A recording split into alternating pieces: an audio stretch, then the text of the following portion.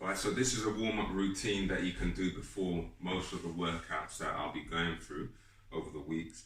If there's any extra exercises that are needed or mobility drills, then I will add it in with that day or that week's workout. But this is something that you can do after sitting down. Even if it isn't your training day, you can use this as a little bit of oiling of the joints, waking up the system a little bit, because it's so important to keep the body moving, especially with the impact that the current mental situation can have on our body in terms of tightening the body up. So what we're going to start off with is neck circles. Very simple. If you've got any neck issues, then it may mean eliminating this one, or it may mean just decreasing your range of motion, so you just get a minimal amount of movement in there, or your maximum safe range. You do about 5 to 10 reps in each direction. Next, you're going into your arm screw. So the arm screw, you're going to have your palms facing up. There's 2 components to this exercise. You've got the screwing of the arm. It's simple. One palm stays where it is, the other arm screws, and you push that arm away from your body. And you look in the opposite direction, trying to look over the shoulder, so I'm getting rotation and then flexion. So this is going to stretch out what we call the fascial arm line, which runs all the way down into the fingers, up through the forearm, the upper arm, and up into the neck tissue here. We come out of that, we screw to the other side.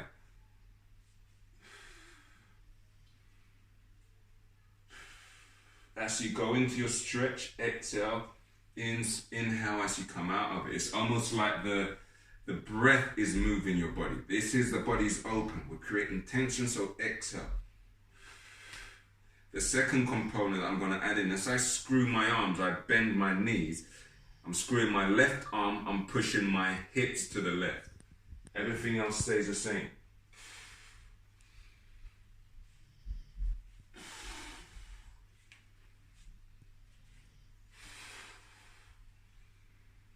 So you do your arm screws, about 5 to 10 on each side, depending how tight your body is, will determine how many repetitions you do. Nothing is set in stone for every single person.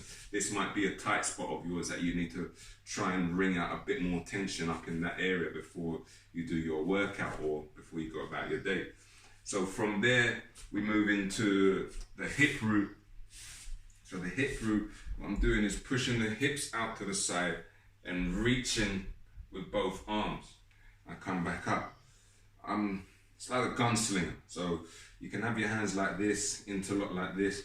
You push out. So the shoulder and this hip are trying to get as far away from each other as possible. And the same with the hands. Push out, come back up. Inhale up. Exhale down. Inhale up. So the aim is to try and get even the elbow pits. If you want to go really deep into it, your arms will want to stay in this position just due to our lifestyle being in this kind of flexed posture. What you want is to try and get the elbow pits facing away, pushing away in this position rather than having the elbows going out to the side. So elbow pit goes to the ceiling, elbow to the ground. So that's our hip root. From there, you make this as dynamic as you want. This is just doing the most fundamental movement pattern to human beings, and that's just walking. So a lunge is a walk. The movement pattern that we're doing, we're exaggerating what naturally happens when you do walk or run. You have a contralateral movement. Left leg goes forward, right hand, right arm. I'm exaggerating it here, where I'm reaching across, and then I'll step back and lift my arm up and across. I step forward and I go down. I step back, I reach up. This is going to stretch through this line of tissue over here, which can get a bit tight from being flexed down. And as I go down here, I'm stretching through this functional line that runs from my right shoulder into my left glute.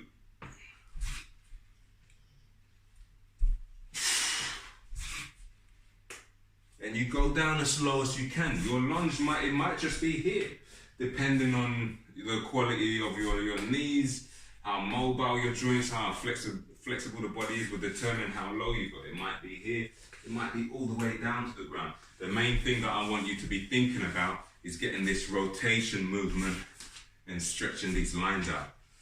So from there, we go into a lateral lunge.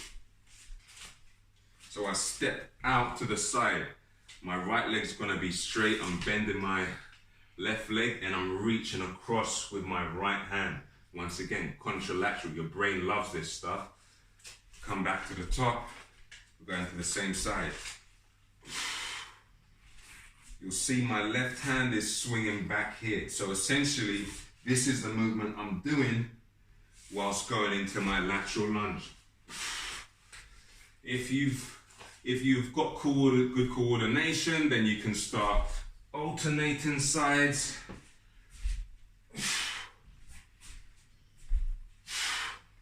Or sticking with one side, do your designated number of repetitions, then moving on.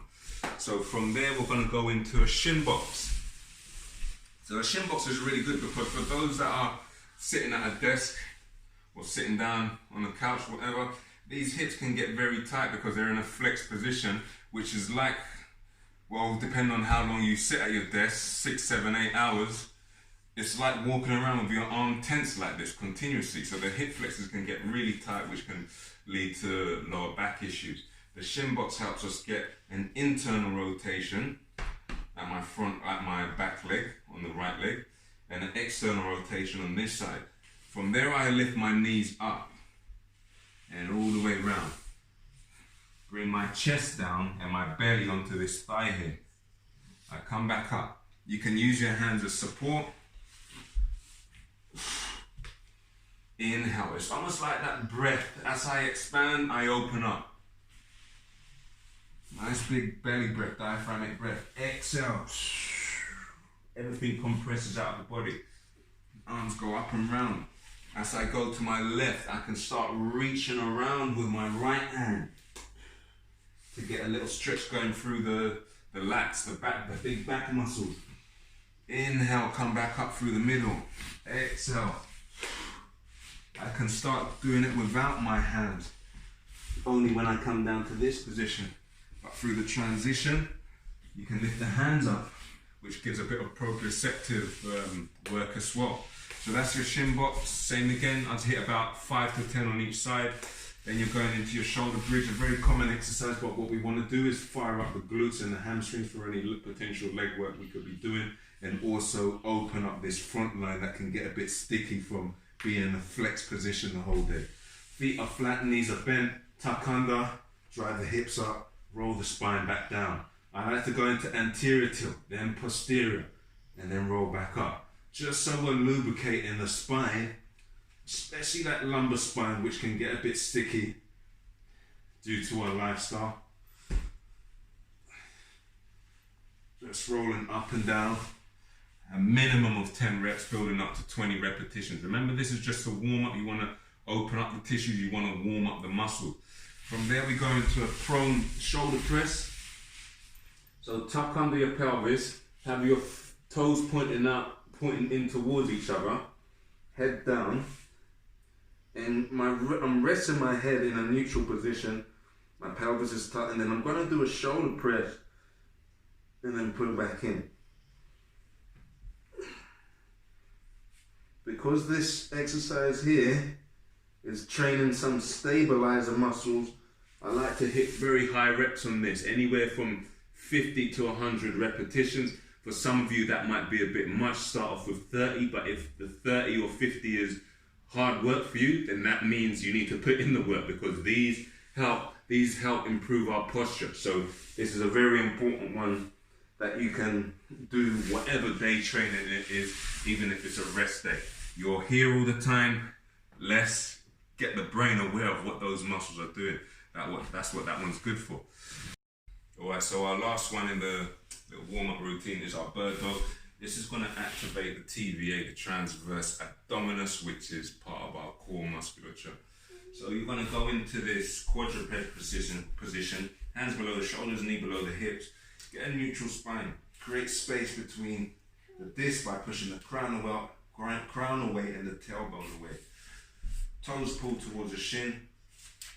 You extend your left leg, you reach out with your right hand.